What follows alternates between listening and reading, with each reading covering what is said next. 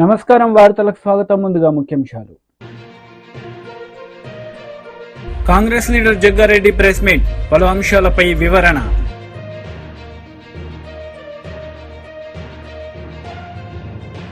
YCP leader press meet, పలు అంశాలపై వివరణ.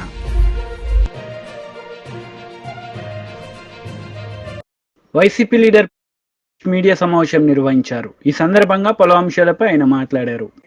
ఉన్న అనారోగ్యం పాలైన మన ప్రజలు దిక్కుదోచని పరిస్థితులలో నీళ్ళన్నీ చుట్టుముట్టి ప్రాణాలని అరచేతిలో పెట్టుకొని ఉన్న మనవాళ్ళందరూ ఈ రోజున అంత దయనీయమైన పరిస్థితుల్లో ఉంటే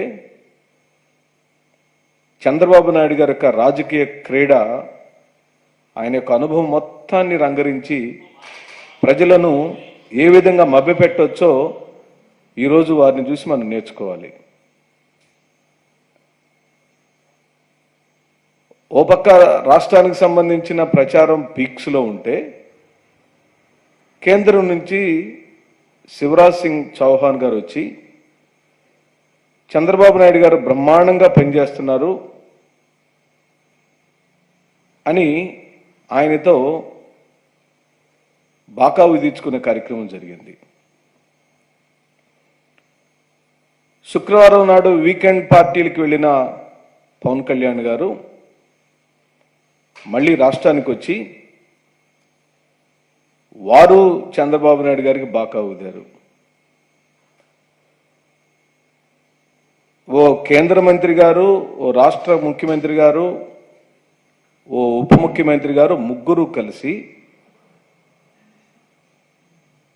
ప్రచారం మీద పెట్టినంత దృష్టి సహాయక చర్యల విషయంలో నత్తనడక నడుస్తుంది ఈ ప్రభుత్వాన్ని బహిరంగంగా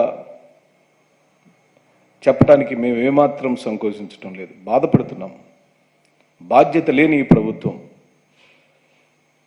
తమ తప్పులను కప్పిపుచ్చుకునే దానికి అనేకమైన విన్యాసాలు జరుగుతున్నాయి. ప్రజలు ఎక్కడ తిరగబడి మాకు ముందుగానే సమాచారం ఎందుకు ఇవ్వలేదని వారికి అవగాహన కలిగితే ఎక్కడ వెంటబడి వీళ్ళ పని పడతారనని ముందుగానే గుడ్డగాల్చి నెత్తినేసిన చందంగా ప్రతిపక్షం మీద ఆ నెపాన్ని వేయటం కోసం నిన్నటి నుంచి ఓ ప్రయత్నం జరుగుతుంది. మేము ఇది రాజకీయ విమర్శలకు సమయం కాదు, కానీ మీ తప్పు ఇక్కడ ఉందా, వాతావరణం ఉధృతంగా జరిగిన తప్ప, లేదా ప్రభుత్వం యొక్క నిర్లక్ష్యమా, లేకపోతే పరిపాలన సారథ్యాన్ని వహిస్తున్న నాయకుడి యొక్క తప్పులు జరిగినాయి అనేది మనం ఇప్పుడు చూద్దాం. 28వ తారీఖు నాడు భారత విపత్తుల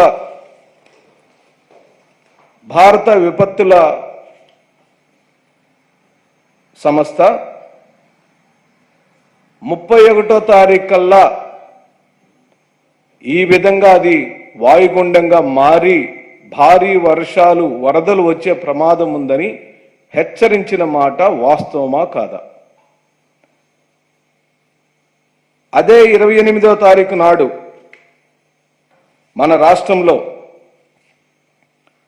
ఓ క్యాబినెట్ మీటింగ్ జరిగింది.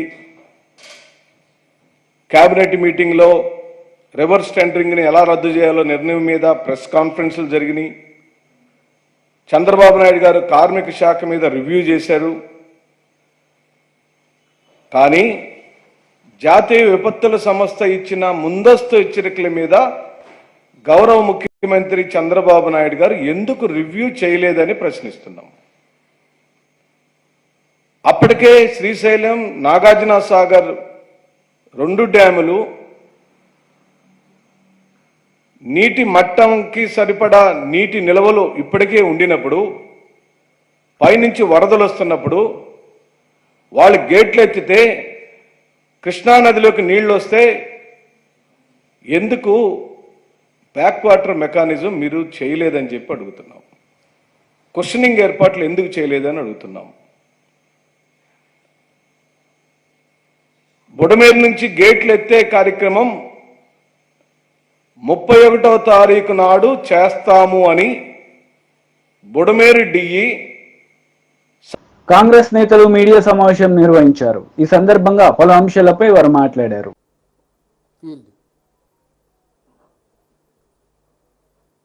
You know her journey, completely her journey, you know that. The moment she led, along with Bajrang Punia ji and other wrestlers, they took up their cases of self-respect, decency in their field, which is totally denied by the Wrestlers Association of India.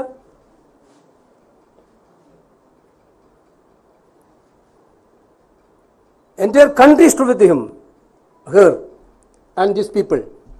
We, Indian National Congress, I proudly say that Rahul Gandhi ji, Priyanka Gandhi ji, Mallikarjuna Kharge ji, all senior leaders and all leaders of India Alliance also stood with her, stood with them for their genuine causes,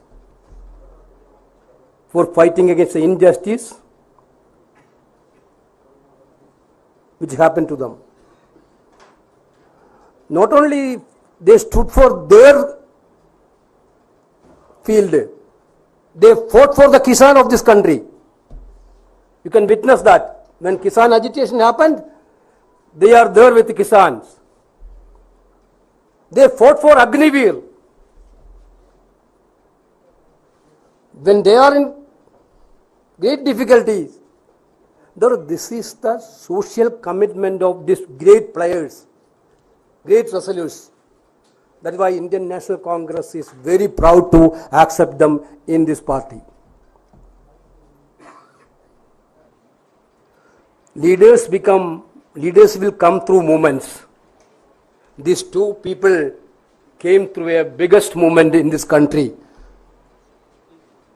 Now somebody is criticizing, I saw that these are all the conspiracy, Congress conspiracy. So many athletes are in different parties. So many Olympians are also in different parties. If that also a part of conspiracy.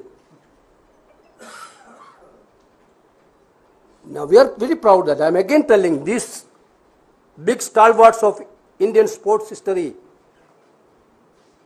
led a movement. They know that which party has to trust through their experience. They completely know about that. Therefore, they chosen Indian National Congress as their party. This is what happened. Bajrang Punia ji, I don't want to introduce much because everybody know Bajrang Punia ji, an Indian freestyle wrestler who complete in the 65 kg weight category at the 2020 Tokyo Olympics. Punia won bronze medal there. Prominently advocated farmers' cause everywhere.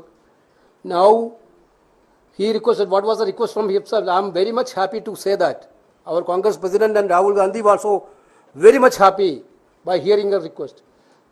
He told, I need to have a platform in the party to work for the farmers of this country.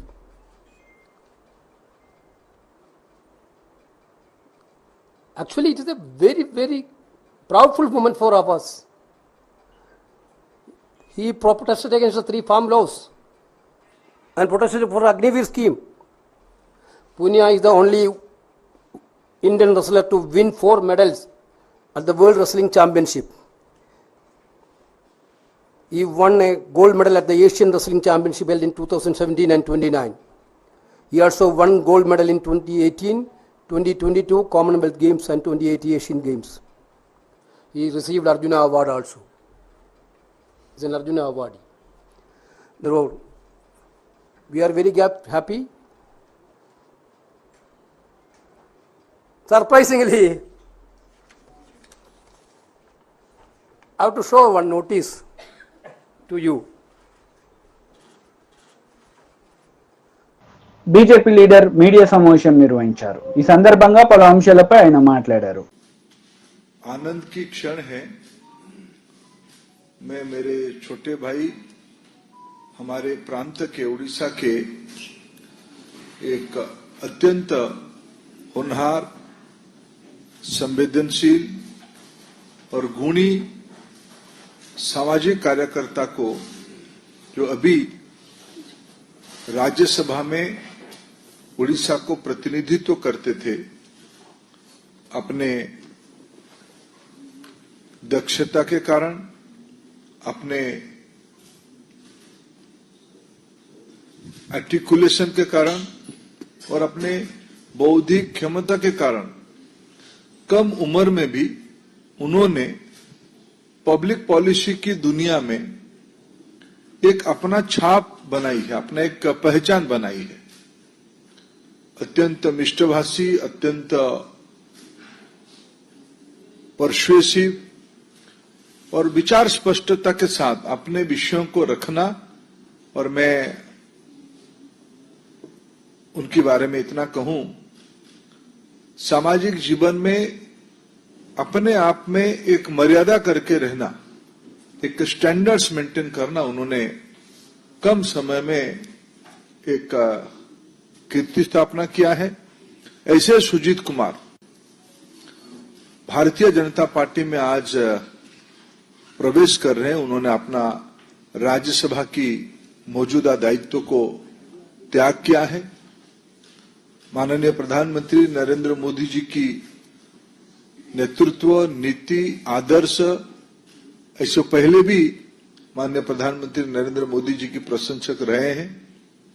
एक प्रतिद्वंदी राजनीतिक party के सदस्य होने के बावजूद जब राज्यसभा में नहीं थे तब भी हम लोग जब कभी मिलते थे, उड़ीसा की विकास के बारे में पिछले 10 साल में जिस प्रकार के मोदी जी के प्रयास हुए हैं उसकी वो प्रशंसक रहे हैं, उसकी वो शुभेच्छु रहे हैं। उनके मन में सदैव हमारे राज्य उड़ीसा कैसे विकसित हो, विशेष करके जिस जिले से वो आते हैं उस जिले की एक मौलिक स्ट्रक्चरल रिफॉर्म हो, कृषि हो, वहां के पिछड़े समाज के लोग हों, जनजाति हो, अनुसूचित जाति हो, ऐसे लोगों की, गरीबों के कल्याण के लिए उनके मन में सदैव एक तत्परता और व्यग्रता रहती थी। आज उन्होंने बीजू जनता दल को त्याग करके भारतीय जनता पार्टी में ज्वाइन कर रहे हैं। प्रधानमंत्री जी के नेतृत्व को आज सम्मान देके ज्वाइन कर रहे हैं। मैं उनको दल में स्वागत करता हूं, उड़ीसा की ओर से स्वागत करता हूं, भारतीय जनता पार्टी की राष्ट्रीय इकाई की ओर से स्वागत करता हूं। मेरा पूरा विश्वास है सुजीत कुमार जी की भारतीय जनता पार्टी में योगदान, हमारी प्रधानमंत्री की जो आह्वान है विकसित भारत, लक्ष्य विकसित भारत में उनकी एक योगदान रहेगा। బీఆర్ఎస్ లీడర్ మీడియా సమావేశం నిర్వహించారు. ఈ సందర్భంగా పలు అంశాలపై ఆయన మాట్లాడారు. కానిస్టేబుల్ అన్నా, సంఘాలన్నా మాకు అపారమైనటువంటి గౌరవం అనేటువంటి విషయాన్ని మేము ఈ సందర్భంగా గుర్తు చేస్తా ఉన్నాం. మేము అనే వ్యాఖ్యలు వ్యవస్థకు సంబంధించినటువంటి వ్యాఖ్యలు. ఈ వ్యవస్థలో సమూలమైనటువంటి మార్పు జరగాలి, ప్రజల పట్ల బాధ్యత పెరగాలి, శాంతి భద్రతల పరిస్థితి బాగుండాలి అనేటువంటి కోణంలో శాంతి భద్రతల వైఫల్యాలని ప్రజలకు దృష్టికి తీసుకొచ్చేటువంటి ప్రయత్నం మేము చేస్తూ ఉన్నాం. అందులో భాగంగానే హరీష్ రావు గారు చెప్తే దాన్ని అర్థం చేసుకొని హరీష్ రావు గారి మీద పోలీస్ అధికారుల సంఘం చేసినటువంటి వ్యాఖ్యల్ని మేము వారు తప్పుడుగా అర్థం చేసుకున్నారని ఆ మిత్రులకు మేము సూచన చేస్తూ ఉన్నాం. హరీష్ రావు గారు కొత్తగా హరీష్ రావు గారి గురించి చెప్పేది ఏమీ లేదు. ఉద్యోగుల సమస్యలు, ఉపాధ్యాయుల సమస్యలు, హోంగార్డుల సమస్యలు, పోలీసుల సమస్యలు, ఈ రాష్ట్రంలో ఉన్న లక్షలాది మంది ఉద్యోగుల, ఉపాధ్యాయుల, కార్మికుల సమస్యలు ఎప్పటికప్పుడు నినదించి ఆ సమస్యల పరిష్కారం కోసం పనిచేసేటువంటి గొప్ప నాయకుడు హరీష్ రావు గారు. కేవలం పత్రికా ప్రకటనలే కాదు, వారు అసెంబ్లీలో కూడా ఉద్యోగుల ఉపాధ్యాయ సంఘాలకు సంబంధించినటువంటి అనేక డిమాండ్లను అసెంబ్లీలో చాలా స్పష్టంగా ప్రస్తావించి ప్రభుత్వాన్ని అనేక విషయాల మీద వారు నిలదీసినటువంటి సందర్భాన్ని చూస్తూ ఉన్నాం. పోలీస్ అధికారులు కొందరు ప్రేక్షక పాత్ర వహిస్తూ ఉన్నారు. ఉదాహరణకి మొన్న ఖమ్మంలో వరద బాధితుల్ని హరీష్ రావు గారు పలకరించడానికి పోయినప్పుడు, ఒక మాజీ మంత్రులు వస్తున్నప్పుడు, బీఆర్ఎస్ పార్టీకి సంబంధించిన నాయకులు వస్తున్నప్పుడు ఎట్లా ఉండాలి, శాంతి భద్రతలకు సంబంధించినటువంటి సమస్య అనేటువంటి విషయంలో అవగాహన రాహిత్యంతో సరైనటువంటి బందోబస్తు లేకుండా కేవలం ఒక కానిస్టేబుల్, ఒక హోంగార్డును మాత్రమే ఎస్కాట్గా పెట్టి సిఐలు ఎస్ఐలు ప్రేక్షక పాత్ర వహిస్తుంటే మా హరీష్ రావు గారి మీద మిగతా ప్రజాప్రతినిధుల కార్ల మీద దాడి జరిగింది. అందులో మా యువ నాయకునికి ఒక ఆయనకి కాళ్ళు కూడా విరిగినటువంటి సందర్భం మీకు తెలుసు. ఇటువంటి సందర్భంలో ప్రేక్షక పాత్ర వహిస్తున్నటువంటి పోలీసులు మేము ఎట్లా అర్థం చేసుకోవాలి అనేటువంటి విషయం మీద చాలా స్పష్టంగా హరీష్ రావు గారు కాంగ్రెస్ నేతలు మీడియా సమావేశం నిర్వహించారు. ఈ సందర్భంగా పలు అంశాలపై వారు మాట్లాడారు. రేవంత్ రెడ్డి గారు, క్యాబినెట్ మంత్రులు, ఆ గవర్నమెంట్ ఒక భాగం అయితే ఇక్కడ ఇప్పుడు మహేష్ కుమార్ గౌడ్ పిసిసి ప్రెసిడెంట్గా ఇదొక టీం. అటు ముఖ్యమంత్రి, సీనియర్ మన నాయకులందరూ గవర్నమెంట్ను ప్రజా పరిపాలన అందిస్తూ ఒక భాగము నడుస్తుంటుంది. ఇటు పార్టీ పరంగా మహేష్ కుమార్ గౌడ్ పిసిసి ప్రెసిడెంట్గా ఇక్కడ సీఎం రేవంత్ రెడ్డి గారిని, అట్లాగే క్యాబినెట్ మినిస్టర్లని, ఇక్కడ పార్టీలో ఉన్నటువంటి సీనియర్ లీడర్లని, ఇక్కడ ఉన్న కార్యకర్తలను గ్రామ స్థాయి, మండల స్థాయి, నియోజకవర్గ స్థాయి నుంచి ఉన్న కార్యకర్తలని కోఆర్డినేషన్, గాంధీ భవన్ ఒక కోఆర్డినేషన్ చేసుకునే ఒక ప్రక్రియలో ఇదొక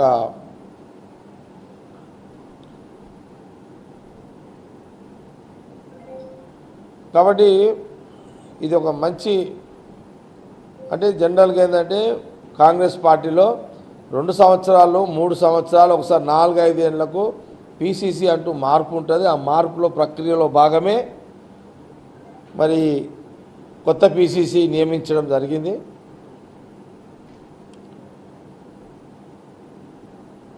నేను కొన్ని సందర్భాల్లో వార్తలు కూడా వినడం జరిగింది. ముఖ్యమంత్రి గారు కూడా 3 ఏళ్ళు అయిపోయింది, కొత్త పిసిసికి పెట్టండి అని వారు కూడా చెప్పిన సందర్భంలో నేను మీడియాలోనే చూడడం కూడా జరిగింది. ఇవన్నీ కూడా జోడీకరించి, అందరి ఆలోచన జోడీకరించి మరి కొత్త పిసిసి మహేష్ కుమార్ గౌడ్ని నిన్న కేసీ వేణుగోపాల్ గారు ప్రకటించడం జరిగింది. మన అందరు కూడా తెలిసిన విషయమే.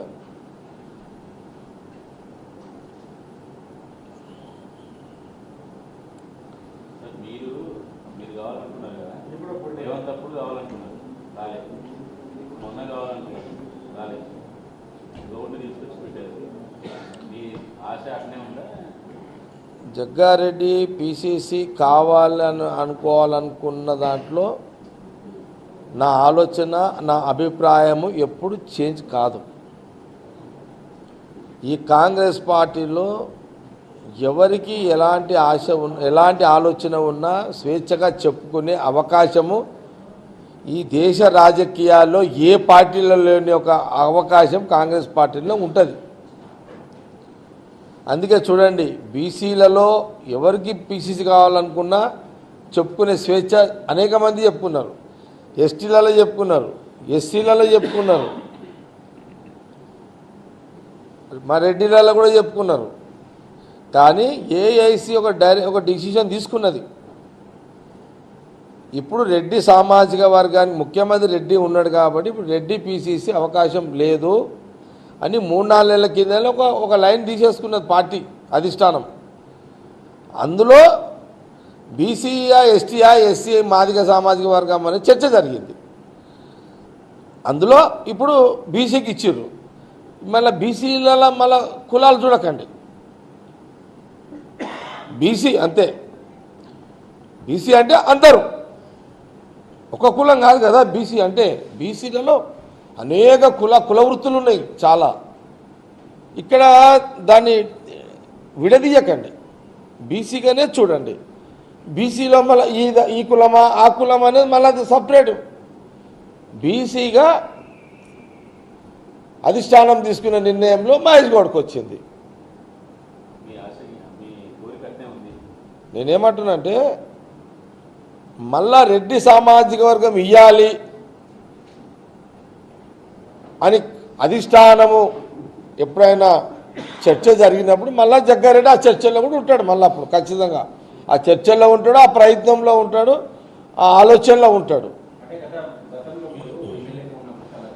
వార్తలు ముగించే ముందు ముఖ్యాంశాలు మరోసారి.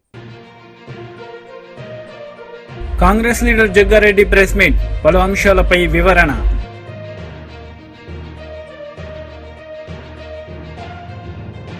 వైసీపీ లీడర్ ప్రెస్ మీట్, పలు అంశాలపై వివరణ.